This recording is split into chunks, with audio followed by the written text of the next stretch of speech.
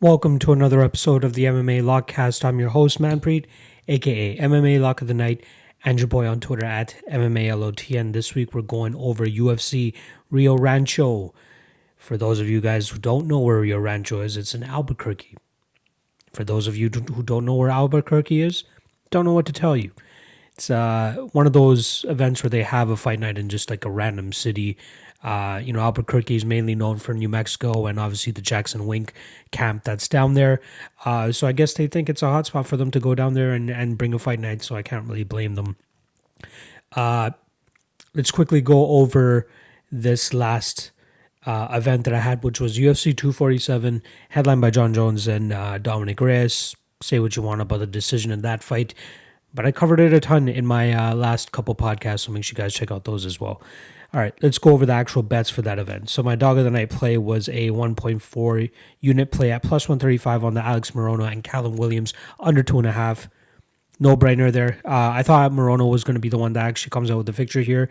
However, poor striking defense allows Callum Williams to land flushly on Alex Morono, hurt him, and then go for the kill and get that quick finish. I think it was like 30-something seconds. Great win for him and a nice cash for us as well. I was going to be super bummed if both of my violence bets did not hit. Speaking of my other violence bet, it was my lock of the night play. I had 4 units on Yusuf Zalal and Austin Lingo to go under 2.5 rounds. Minus 4 units there. I wasn't expecting Zalal to take such a grapple-heavy approach. I was expecting these guys to sling it out on the feet a little bit more. And, Zalal comes out there and cashes as an underdog for most people. But I thought the under was the safer bet here. Unfortunately, I was wrong there. So minus 4 units there. And then just another random play that I had, 2 units, minus 132 on Mirsad Bektik. I'm officially off his train. This was the fight that actually made me believe that, not trying to take away anything from Dan Ige, but you can see from certain things in that fight, like Bektik just wasn't there, not living up to the potential that we gave out to him initially. And it's tough to, people were like comparing him to like George St. Pierre, especially considering the fact that he was training at a TriStar. So, maybe too high of a ceiling that we were setting for Bektik, but I thought he was still going to be able to go out there and get the victory over a guy like Dan Ige. But, attribute it to either Dan Ige's progression as a fighter or Mirsad Bektik's drastic fall from grace. Regardless, it's minus 2 units there, and I probably won't be betting Bektik going forward. And this was the harsh lesson that I had to learn about him there. So, unfortunately, lost there, minus 4.11 units on the event. Don't really want to get too far into it, just bummed, but...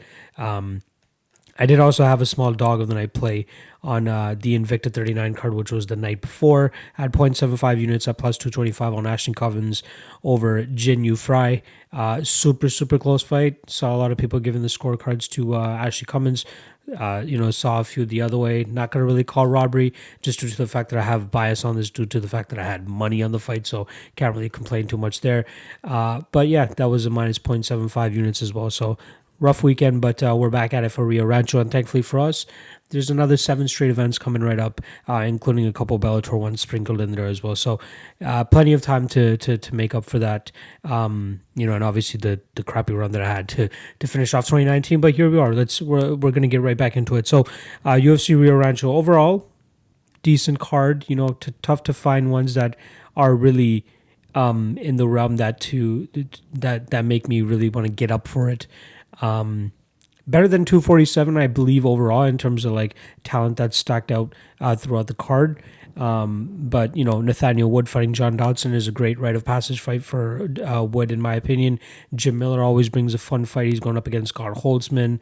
Merab Dvalishvili is always a guy that I love watching due to his crazy cardio. Yancy Medeiros versus Lando Vannata just seems like a fight that they put together for chaos purposes. Return of Montana De La Rosa, who's somebody that I've been high on. Crazy fight that we got in Diego Sanchez and Michelle Pereira, which should be fun. And then obviously our main event, Corey Anderson versus Jan Blachowicz 2, since they actually fought way back in the day. Way back at UFC 191 to be exact, where Corey Anderson was able to grind out a decision over Jan Blachowicz. But both fighters have made tons of improvements since that fight, so it kind of makes sense as to why this fight is being booked now. And it's more than likely going to be a number 1 contender fight too, so I'm super excited to find out who's actually going to emerge from that. It seems like the way that Jon Jones is talking about his future post Dominic Reyes, it seems like he's not going to be giving Reyes that rematch that a lot of people believes he deserves. So the next number one contender could definitely come from this fight. And it works out in terms of the timing, just a week difference in terms of when they last fought, so they can match each other up, hopefully, midsummer or something like that. And we know John Jones wants to remain active too, so I could see him flushing out 3 fights this year, and I think July would probably be the best time for him to come back. But let's just get into the friggin' card. We're going to be going from bottom to top, starting off with Mark De La Rosa versus Howlin' Paiva. I'll start off with Mark De La Rosa, really good jiu-jitsu player, 11-3, coming off of 2 losses now to Kai Kara-France and Alex Perez. The Kai Kara-France fight was a little bit closer. He had a little bit of success there, and then Kara-France was able to land the bigger shots, have a lot more success. Alex Perez used a very grappling-heavy approach to get Mark De La Rosa down and shut down his jiu-jitsu, so he wasn't even able to really throw up any submissions. And then the Joby Sanchez fight was pretty close. He was eating a lot of shots there. Joby Sanchez had some success on the feet. But Mark De La Rosa just implemented this move forward style that really, threw a wrench in Joby Sanchez's game plan. With Howlin' Paiva on the other side, we're talking about a guy that's 18-3, very lengthy, throws quick, great combinations, moves very well too, has decent enough jiu-jitsu. The last I heard, he was a purple belt, but had championships all over Brazil regarding that. He's coming off of 2 losses as well, one to Kai Kara-France as well, in a fight that he probably should have won. That was a fight that was in front of Kai Kara-France's pretty much hometown. So anytime that Kai was able to land, crowd went crazy, and I believe that really did have an effect on the judges. I probably would have given that fight to Howlin' Paiva if I'm being completely honest. He landed a lot of good shots on Kai Kara-France. Had a lot of success in the Alan Nascimento fight. That was another really great one for him too. Ended up getting the split decision there, but I think he fully won that fight. Should have been a unanimous all around in terms of how that one stray judge saw it for Nascimento. I won't really know. And then the Bontorin fight, had a lot of success on the feet, hurt Bontorin, showed great hands, showed great hand speed, and then Bontorin comes back and hurts him and then opens up a very, very nasty cut, which forces the stoppage there 3 minutes into the first round. So we didn't really get to see that fight play out too much. I would have loved to see it play out, actually, considering both of their styles. Both of them were fighting on the same cards. So they probably could have matched them up here, if we're being honest. But, fresh matchup, can't really complain about that. I think Paiva being the minus 200 favorite here roughly is about right. I think he's going to have the advantage on the feet. I think he's decent enough on the ground and decent enough takedown defense as well to stay out of any trouble from Mark De La Rosa. And it was kind of underwhelming in terms of the type of offensive guard that we saw from Mark De La Rosa. I think even if Paiva wants to take this to the ground, he should probably have some success from on top.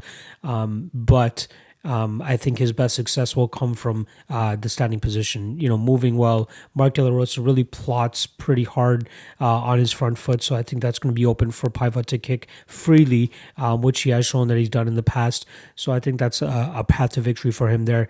But, De La Rosa is quite durable and quite resilient. So I don't really see Paiva going out there and getting the finish here.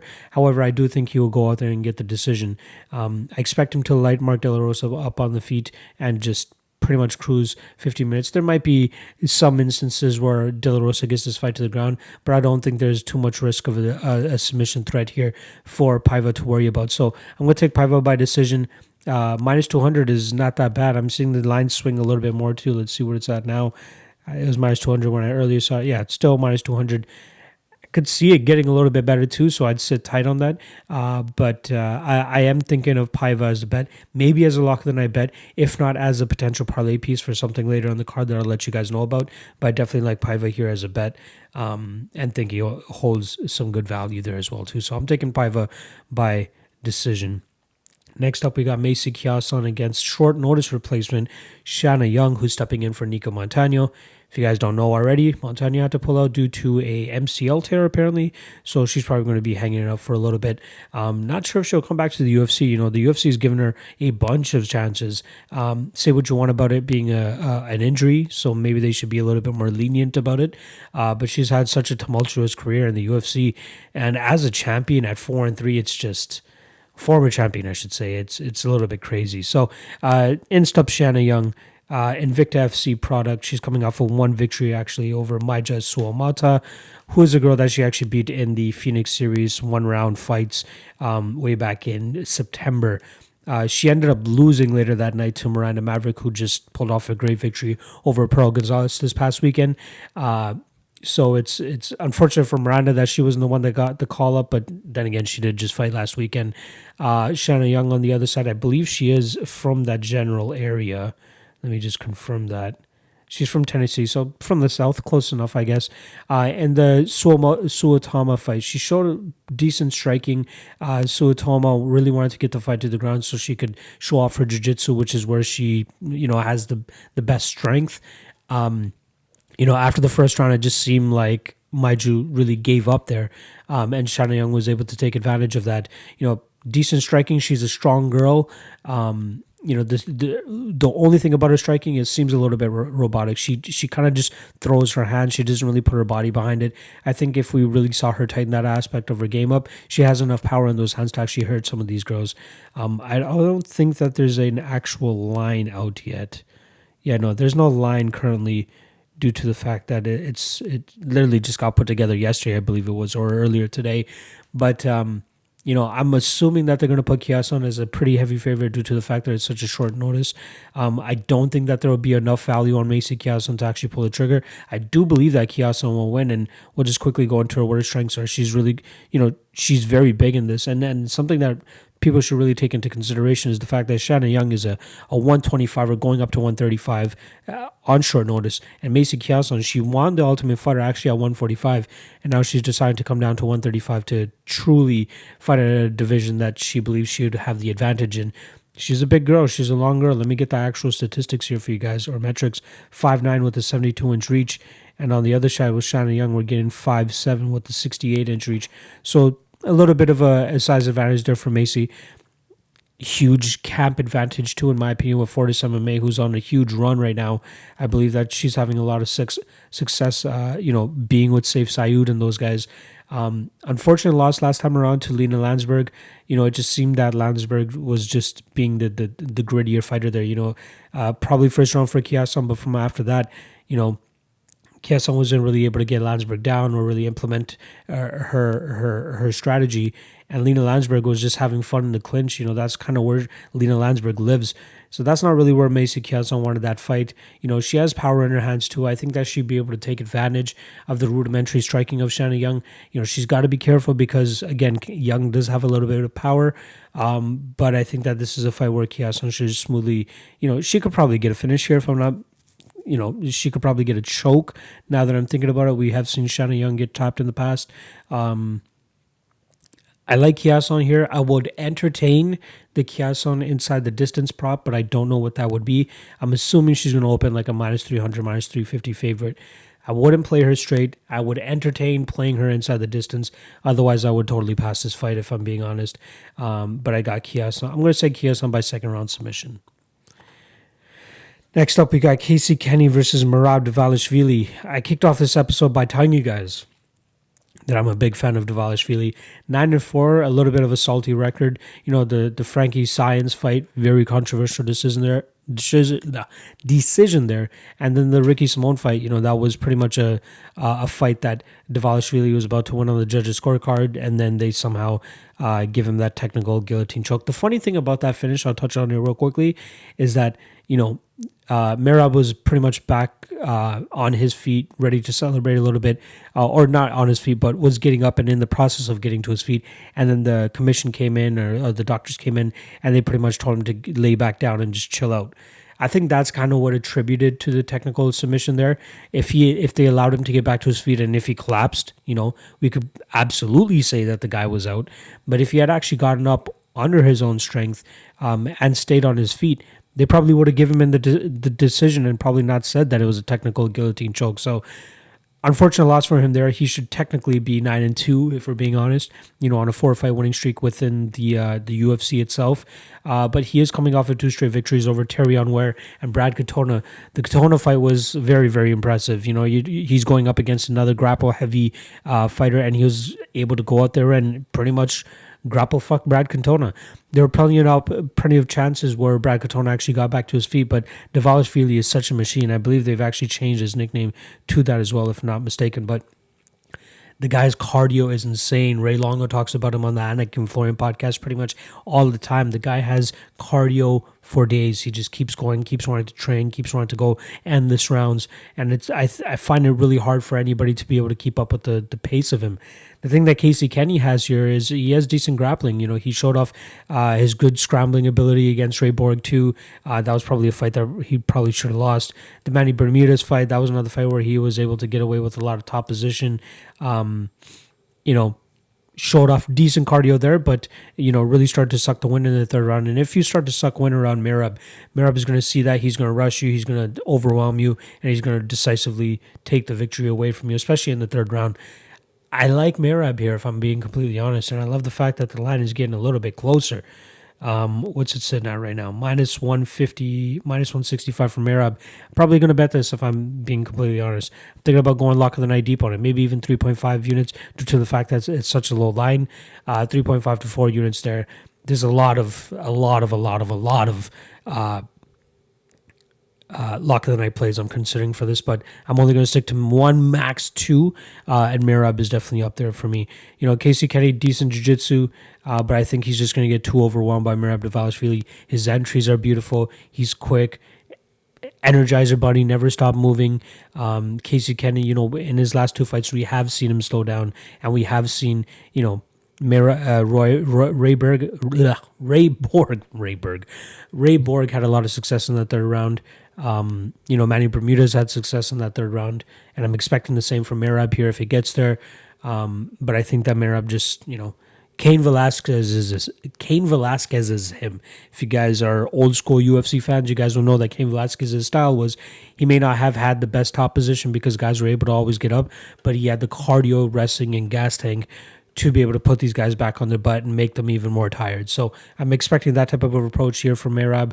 He needs to be a little bit careful in terms of the first round with Casey Kenney's scrambling ability and his jiu-jitsu, but I truly believe that Merab is going to go out there and grapple fuck Casey Kenney, and I'm loving the line at minus 165. He was up to like the minus 200 range. Then we saw a bunch of money come in on Casey Kenney, but I love Merab here, and I just don't see how he loses this fight, other than possibly getting caught in some sort of choke, kind of like the what's that fight with Ricky Simone, but I think he'll be okay to get out of that. So I'm taking Merab Dvalishvili by decision. Next up, we got Ray Borg versus Rogerio Bontorin. So we touched on Bontorin a little bit earlier when I was talking about Holland Paiva. You know, Bontorin went out there against Magomed Bilbalatov and sprung an upset. Probably, I believe it was the biggest upset of the night. Split decision victory there. Super close fight. You know, Bontorin landed a lot of bombs. Obviously, his strength is his jiu-jitsu. I believe he's going to want to try to impose that here against Ray Borg, but it's hard for me to see how he's going to be able to submit Ray Borg. You know, Borg, say what you want about him getting caught in that highlight reel armbar by Demetrius Johnson way back in 2017. However, you know, technically he should be on a 2-fight winning streak. That Casey Kenney fight, super close, but I still think he won that. And then the Gabriel Silva fight, he showed how good his scrambling ability is, how good his cardio is, and how good he actually is. He is good. You know, say what you want about his mental state and all the injuries that he's had to overcome and all the personal stuff that he's had to overcome. One thing that he has remained consistent with, other than, you know, missing weight, because that's been unfortunate for him, but in this for him, is this fight at 125? Let me confirm that. Yeah, so that is actually going to be something that people will need to look out for, because his last fight against Gabriel Silva was at 135. This is going to be a fight at 125 against Rogerio Bontorin. So it's hard for me to see how Bontorin is going to go out there and tap Ray Borg after Ray Borg had such a, you know, impressive showing against Gabriel Silva, who is also a great jiu-jitsu player. Juicy Formiga had a lot of issues trying to submit him as well, and say what you want about that being all the way back in 2017. I believe he's still able to maintain that type of submission defense and scramble ability. And we've seen the scramble ability in his fights against Casey Kenney and Gabriel Silva. So outside of Bontorin landing some sort of Hail Mary submission, I just don't see him being able to submit Borg here. I like Borg, not super minus 140-ish right now. Not super keen on betting him. There's too many other spots on the card where I feel comfortable putting money, and this one's a little bit sketchy with it being back at 125. And Bontorin, you know, may have been overlooked a couple times, and he may continuously be progressing. He's 16-1 coming into this fight. The guy has a very impressive resume. So I'm gonna go with Borg here by decision, but not sure if I'll bet it. If you guys want to bet it at -140, I'm not mad at that. But personally, myself, I think I'm going to be passing on this fight. All right, next up we got Scott Holtzman against Jim Miller. This is a fight that I am actually interested in for the under. So the fight doesn't go to decision, currently sits at -150. There is no over-under currently available. I'm assuming it's going to be close to even money. I believe they'll also put it at minus or at over-under 2.5. If they especially put it at over-under 2.5, I'm definitely taking the shot at under 2.5. A part of me is very keen on wanting to bet Scott Holtzman here. You know, great puncher, a lot of power behind it. Has a slick 1-2 down the middle. Is going to be the faster fighter here. He's probably going to be the stronger fighter out of the two as well.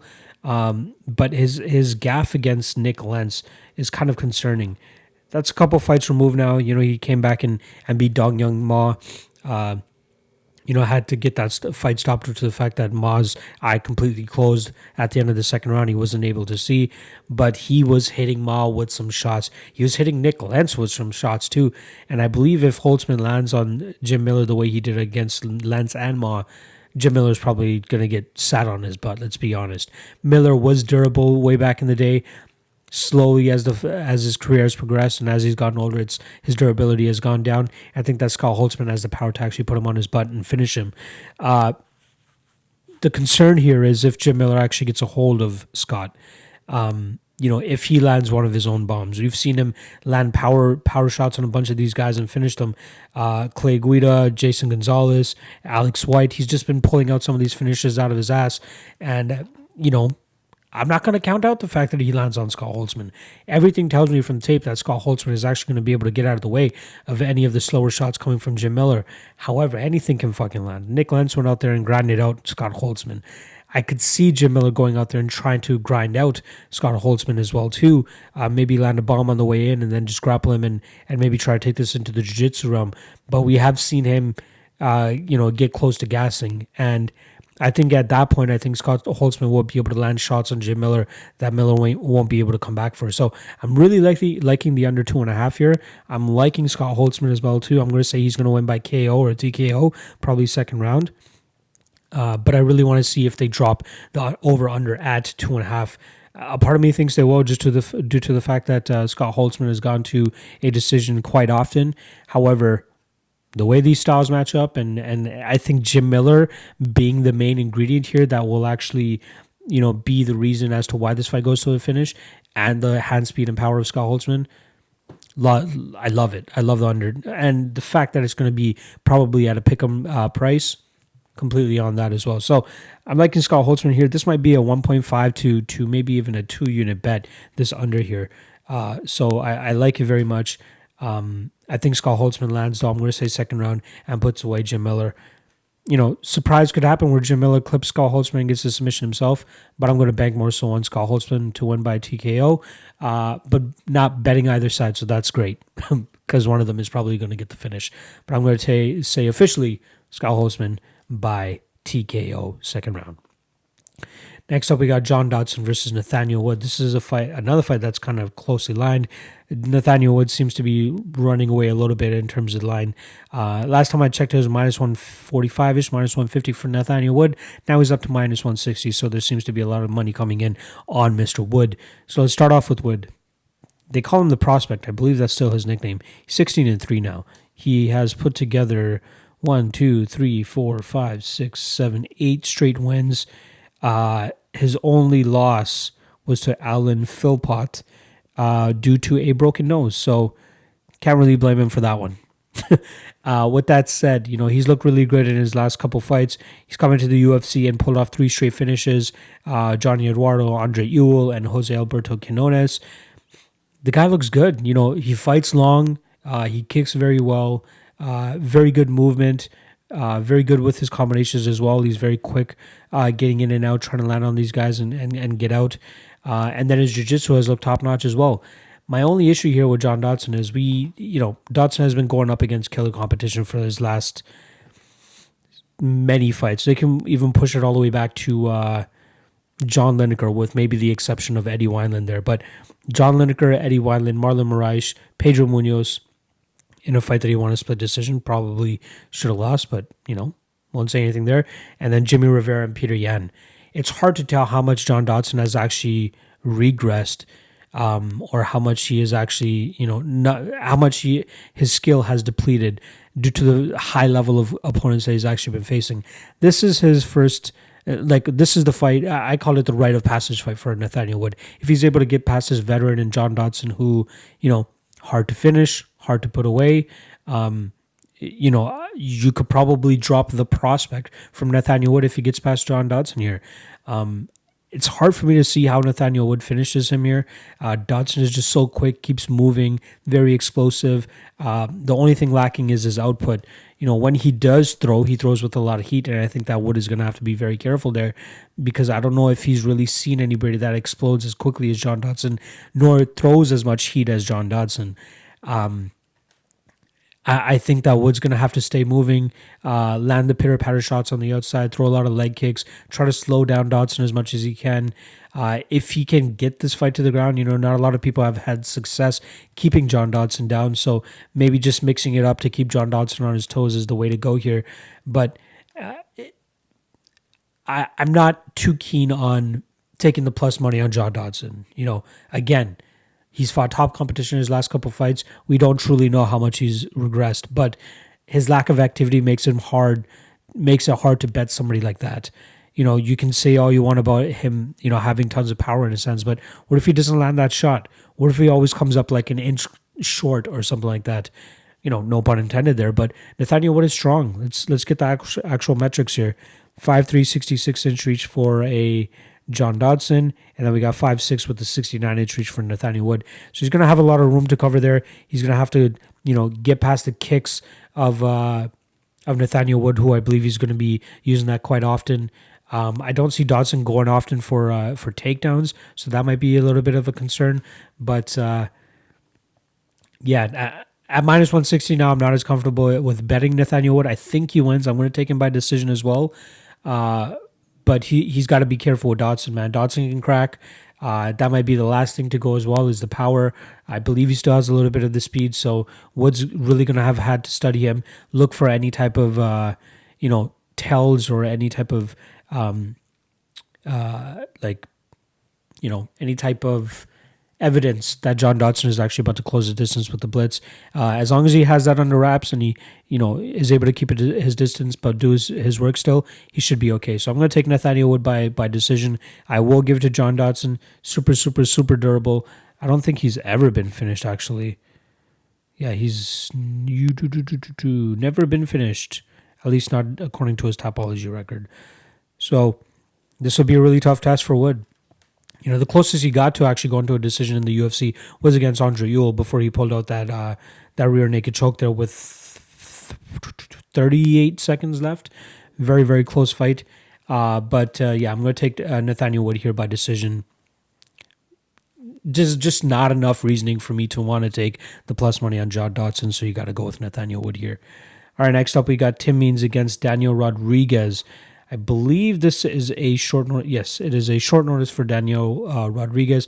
Kind of short notice. There's a lot of hearsay in terms of the fact that Tim Means was supposed to fight Ramazan Ameev.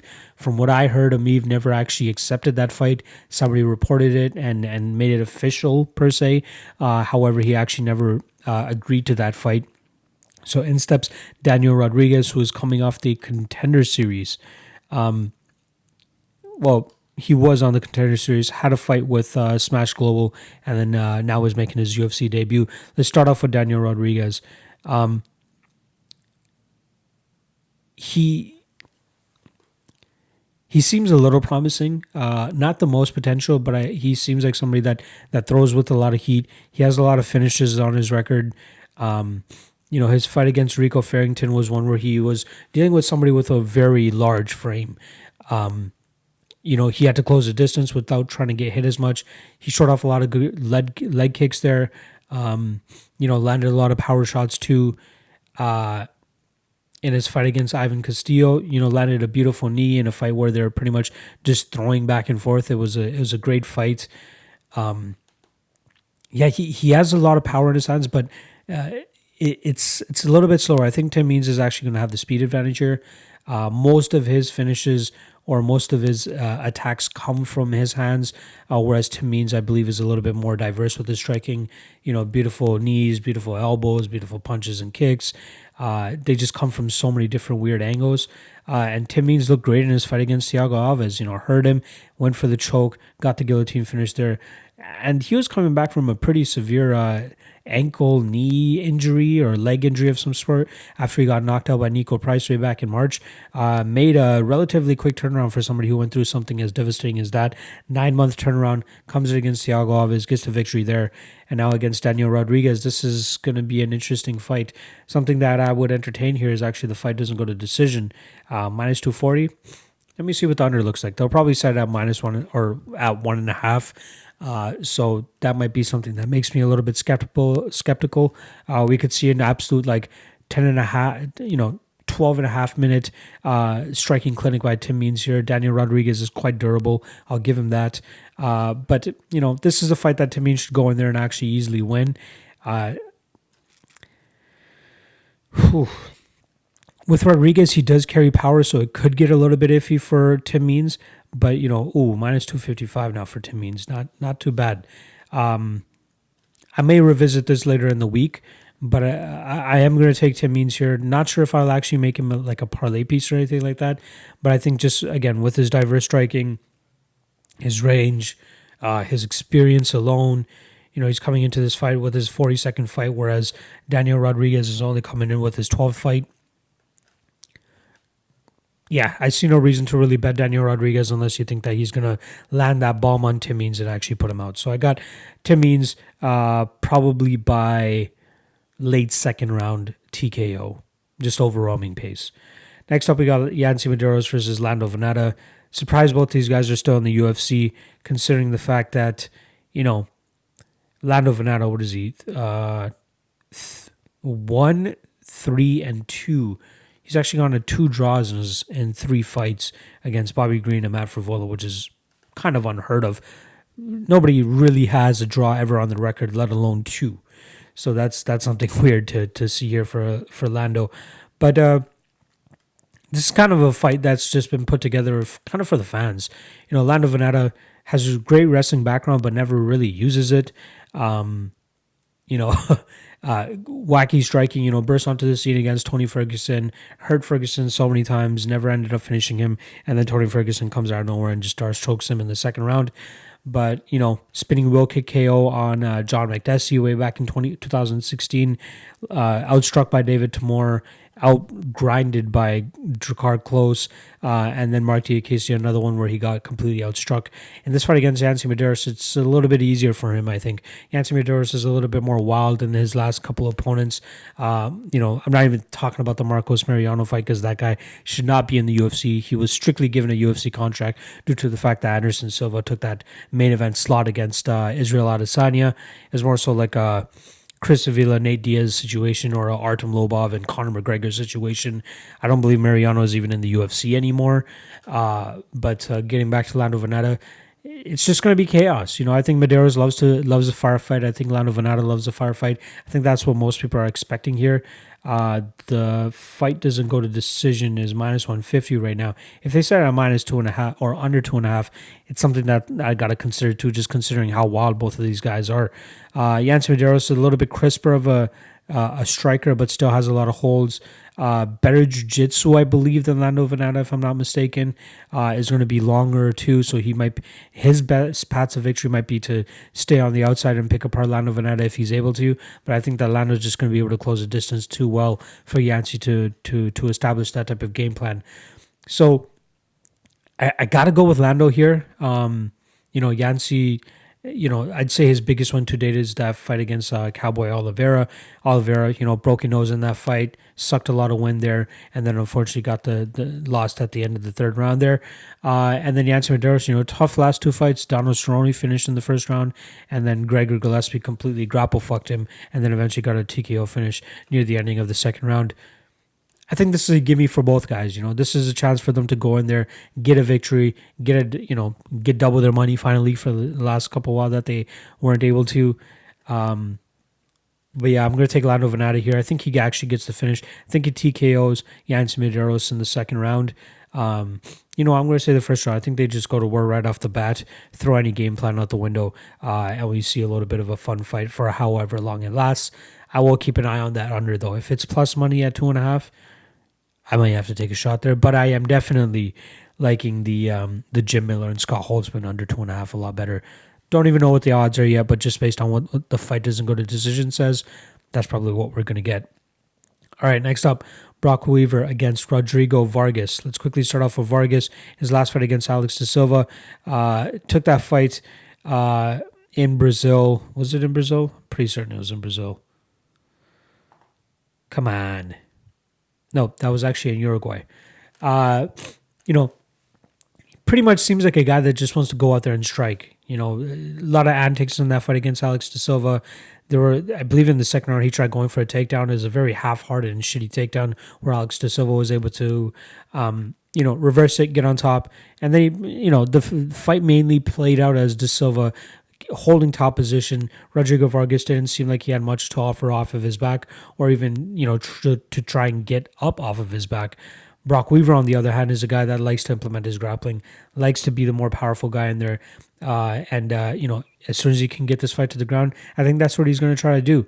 With the weird personality that he has, and I mean that in the best way possible. Brok, if you're watching this, not meaning to diss you or anything like that, but you would assume a guy with the personality that he has, that he's the guy that goes out on his shield and tries to swing for the fences and just go for chaotic finishes like that. However, he takes a pretty, analytical approach to it in terms of trying to get his opponents down to the ground, implement his strength as best as possible. And he showed that in the James Freeman fight, where he ended up, it says that it's a disqualification, but if you guys actually watch it, it was one of those where he had an arm triangle locked up. Seemed like he had it locked up for a while, and I believe his opponent's coach believed he went out.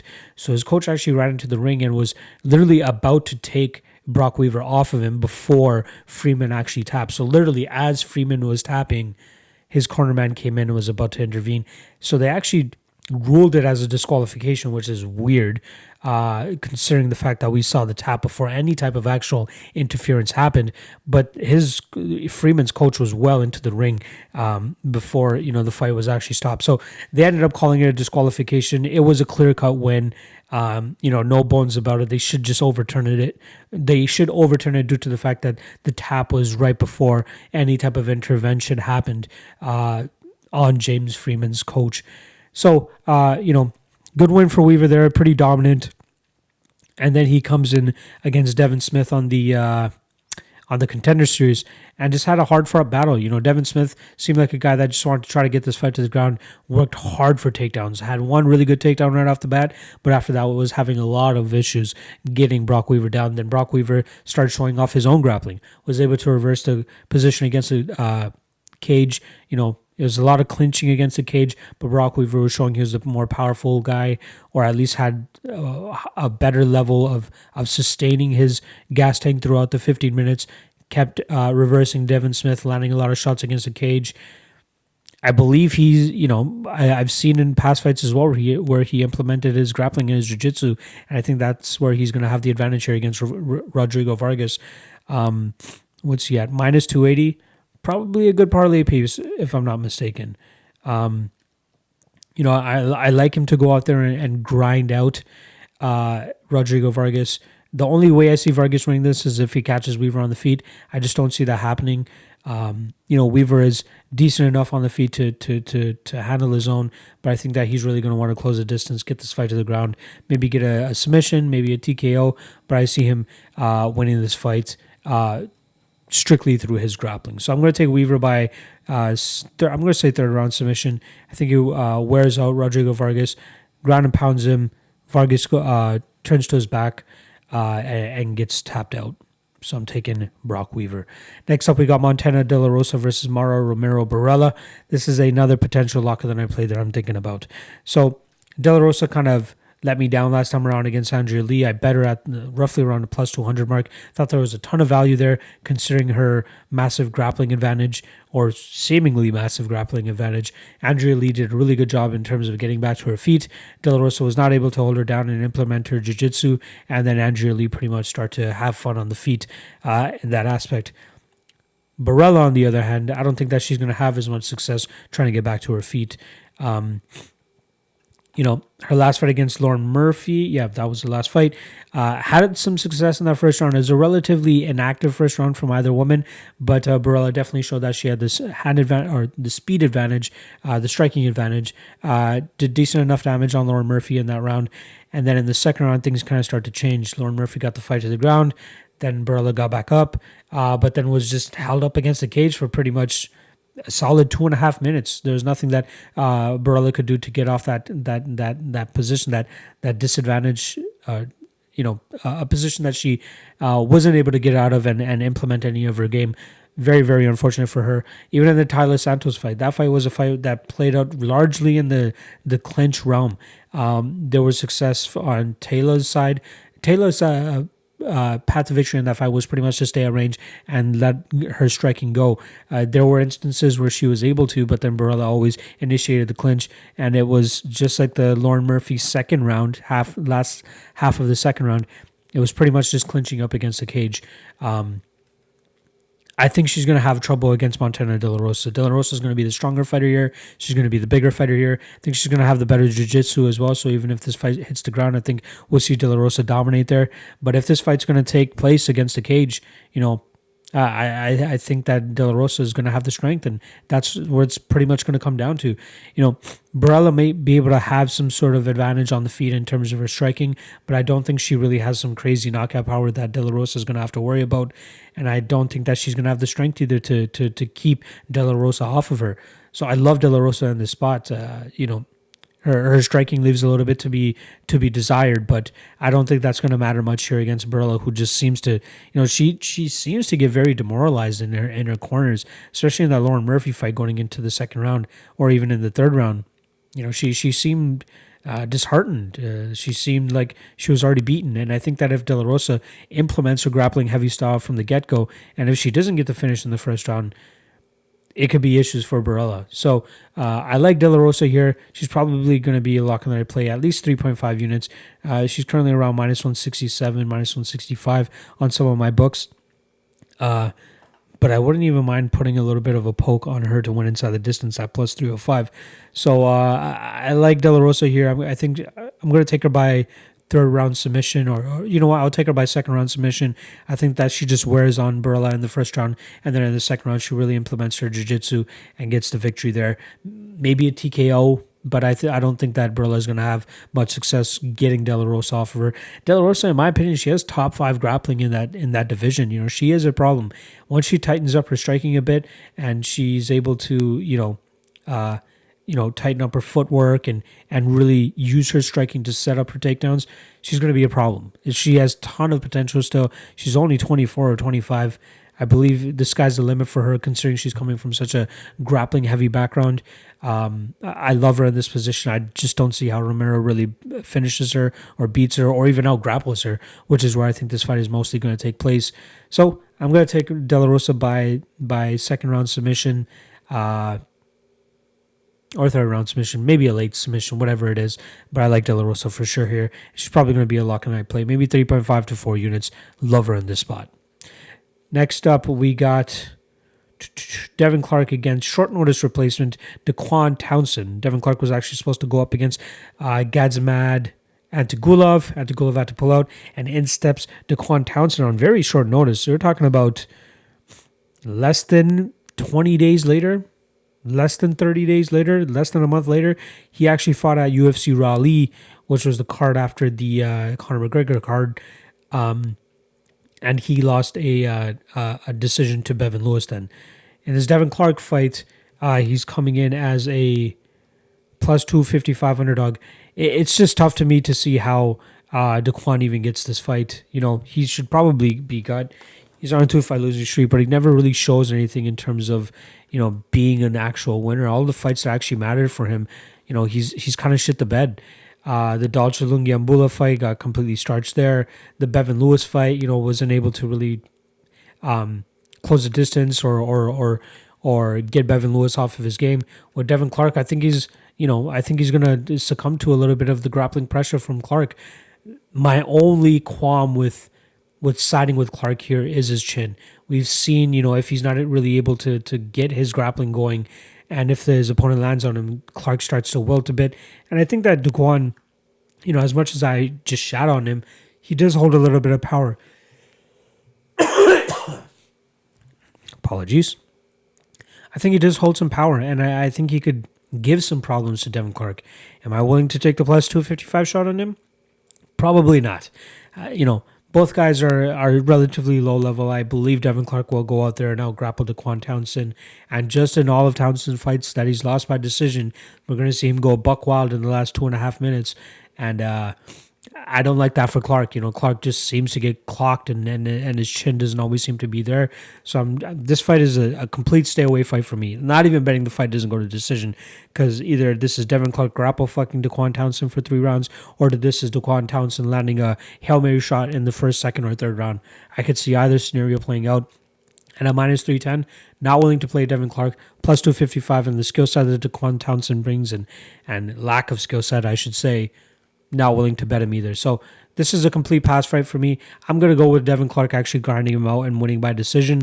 But yeah, overall, passing on this fight, not even giving it a second thought. Let's move on to our co-main event, which is Diego Sanchez versus Michel Pereira. The odds slightly getting better on Diego Sanchez. Minus 165 for Michel Pereira, plus 145 for Diego Sanchez. This fight goes one of two ways. We see a crazy Michel Pereira come out in that first 2 and 3 minutes, lands a weird shot on Diego Sanchez, puts him out, and we get Pereira win by first round finish. Or we get Diego Sanchez moving around, letting Michel Pereira gas himself out, and then come the second round, start to implement a grapple-heavy approach. We saw Tristan Connolly, a much smaller man than Diego Sanchez, be able to go out there and ride out Michel Pereira. Diego Sanchez, I believe, has a little bit better grappling and better takedowns than Tristan Connolly, and I believe he'd be able to get Pereira down and make it a very, very long night for him, which is why I'm staying away from this fight. I kind of set my mark at plus 200 for Diego Sanchez because I believe, I am going to take Michel Pereira to win by first round TKO, but I could absolutely see a situation where we see Diego Sanchez grind out Pereira after Pereira, tires himself out. I believe Pereira is going to have a little bit of a speed advantage in that first round, which is why I think that Pereira will get the finish. But we've seen crazy things happen where the knockout punch doesn't happen. Michel Pereira starts to slow down. Tristan Connolly goes out there and grinds him out. So I believe Diego Sanchez is just as capable of doing what Tristan Connolly did as long as his chin holds up for him. I'm not banking on either outcome here. In terms of, the fight doesn't go to decision, is minus 190. Sanchez wins inside the distance, plus 360. Sanchez by decision, plus 255. I would take Sanchez by decision, plus 255 if I really want to bet on this fight. Michel Pereira, by finish is minus 130. Not willing to take that either. So for me, it's a pass. I'm going to say Pereira by first round KO, but I can absolutely see Diego Sanchez going out there and grinding him out, which is why this fight is a complete pass for me. Just like the Yancy Medeiros and Lando Vannata fight, I think it's going to be absolute chaos, and you can't confidently say that either side is for sure going to win. So if you're somehow, going out there and staking more than 2 or 3 units on this fight, you got to be a little bit cuckoo. And that's just me being completely honest. But yeah, I'm going to go Pereira first round KO, and we get Diego Sanchez hopefully just going into retirement after this. What's that going to be for him? 1 straight loss.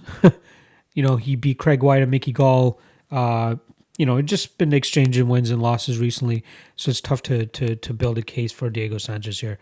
All right, that brings us to our main event: Corey Anderson against Jan Blachowicz. This is a rematch, like I said right off the bat. So the first time they fought, Jan Blachowicz had a little bit of success in that first round. He took Corey Anderson down. Corey Anderson was able to get back up. Corey Anderson took Jan down. Jan was able to get back up. But after that second round, it was the Corey Anderson show. Anderson was able to get him down pretty much at will. Had the better pace, had the better speed, had the better cardio. and it just was too much for Jan Blachowicz at the time.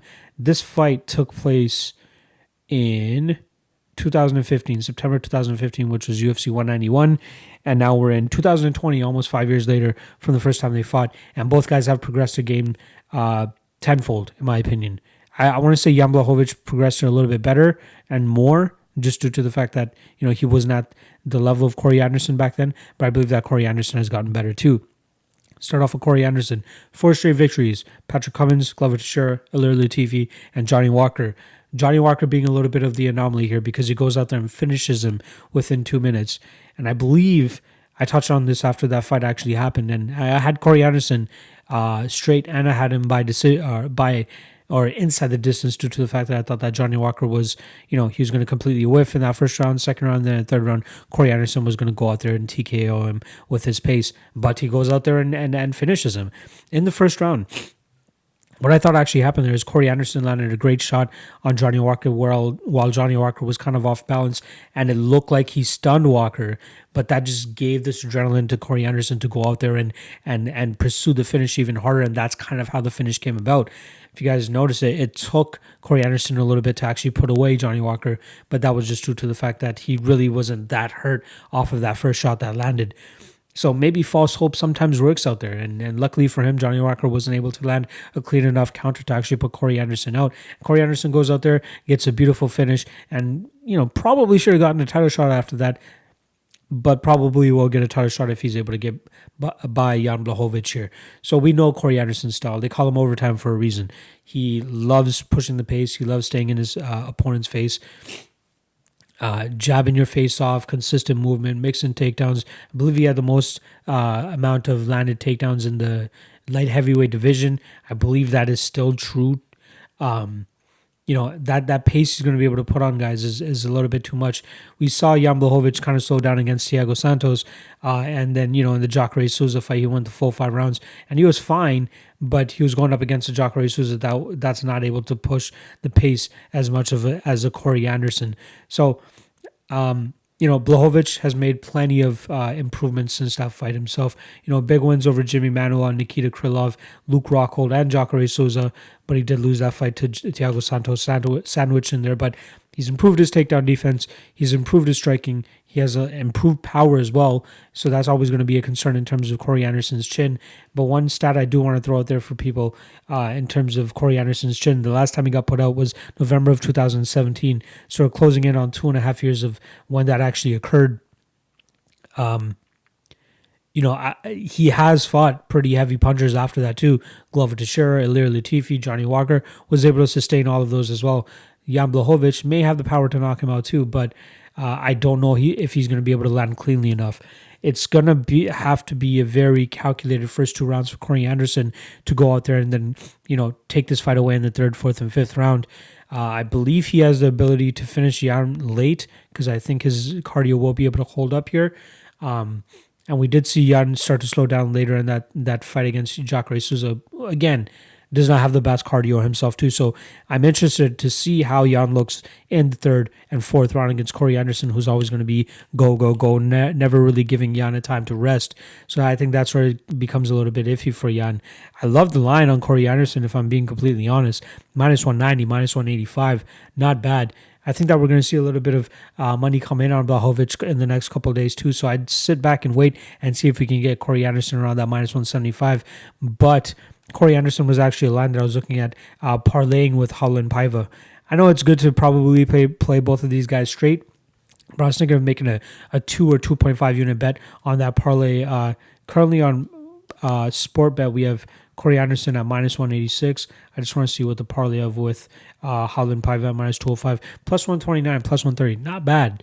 A 2-unit stab on that is not bad, and 2 guys I believe are even lock of the night worthy. But considering how many other spots I see on this card, I'm going to be a little bit more disciplined with that. I'll probably take Mark De La Rosa and Merab Dvalishvili as my possible lock of the night plays, and then just parlay Corey Anderson and Raulian Paiva. But yeah, it's tough for me to see how Blachowicz wins this fight, other than a knockout. if he continuously fends off the takedowns of Corey Anderson in that first and second round, he could probably catch Corey Anderson in that aspect. But I truly think the best game plan for Corey Anderson is don't even bother shooting a takedown in that first and second round. Make Yan believe that it's going to be a striking battle. Go out there, outpoint him, stick the jab in his face, throw some combinations, end with a leg kick. Keep moving. Don't allow Jan Blachowicz to really land a perfect shot on you. And then in that third round, where Jan Blachowicz starts to slow down a little bit, starts to suck wind a little bit, not have as quick as a reflex or a counter as he did in the first 2 rounds, then start implementing your wrestling. Then start grinding Jan Blachowicz out, push him up against the cage, drag him down, make it a dirty fight. That's where I believe Corey Anderson will thrive. So if my only concern is Corey Anderson's chin, and we haven't seen him knocked out in 2.5 years, even after going up against guys who hit really, really hard, maybe even harder than Jan Blachowicz, it's kind of a no-brainer here to take Corey Anderson even better than minus 200. In a 5-rounder especially, you got to think that the advantage here is going to be to Corey Anderson. People can say what they want about Jan Blachowicz going the full 5 rounds against Jacare Souza. He is not going to see the pace that Jacare Souza put on him. He's going to see a Corey overtime Anderson pace, which is, in my opinion, is going to be a little bit too much here. So outside of a Hail Mary KO, I think this is a Corey Anderson decision waiting to happen. Maybe even a 5th round, 4th round stoppage due to Blachowicz just slowing down too much. But I'm loving Corey Anderson here. I'm too shy to play the Corey Anderson to win by decision, which is plus 150. Corey Anderson inside the distance is plus 180. I would rather just go the safest route and play Corey Anderson straight or parlay him, like I was saying with Holland Paiva.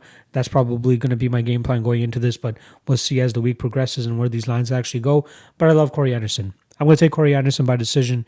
Again, pick him apart on the feet for the first 2 rounds. I don't believe that's going to be a strategy. I think he's going to try to mix it up as much as possible, takedowns and striking and all that. But I truly hope that he doesn't go out there and try to force the takedown, which may open up something for Jan Blachowicz to take advantage of and get a KO himself. So, yeah, good run by Jan Blachowicz taking out Luke Rockhold and Jacare Souza, but I think that this is really Corey Anderson's time. And then he'll probably get the title shot after this, if I'm being completely honest. Corey Anderson, decision, but straight is probably the way to go, or as a parlay piece. All right, that's UFC Rio Rancho. That was a great episode. I think I gave you guys a ton to digest there. If you guys don't already know, I do release a best bets article on my Patreon page where I, Thursday or Friday, I put together little blurbs about each each fight and what I believe the best bet is there, whether it's a prop bet, whether it's an over-under or a straight. I try to rely on the over-under and straights just so more people are allowed to actually, or able to tell them. But if there are certain situations, like I had Andrea Lee via decision in the last article, that was just due to the fact that there were too many juiced odds, and you can't always predict whether there's going to be shitty judging or not. But I always try to give the best bet for each matchup. And then also I drop a video on the Friday before the event as well to give you my final thoughts in case anything has changed. And then obviously whenever I do charge the public, I give the Patreon members my bets for no extra cost. And then lastly, the tape index. I just want to plug that for you guys real quick. If you guys are watching me, you guys already know what the tape index is about. All of your gambling needs, everything on one site. You guys just click, fight shows up that you need. Tapology page, Instagram page. It's great for anybody that's making the UFC debuts, like a Shanna Young. Most of her fights are in Invicta, but there are a couple that I had to scour the internet for. You guys don't have to do that work anymore. You guys don't have to do the browsing. Just fucking pull up the page, bookmark the page, click on it, and you have everything that you need to study and make an educated guess and bet on the upcoming events. We have everything for the next 4 weeks as well too, so you guys can even get ahead of the schedule if you like. All right, I'm going to shut my mouth so that we can wrap this episode up, and I will see you guys next week. Good luck on your bets, and let's cast this shit. See ya.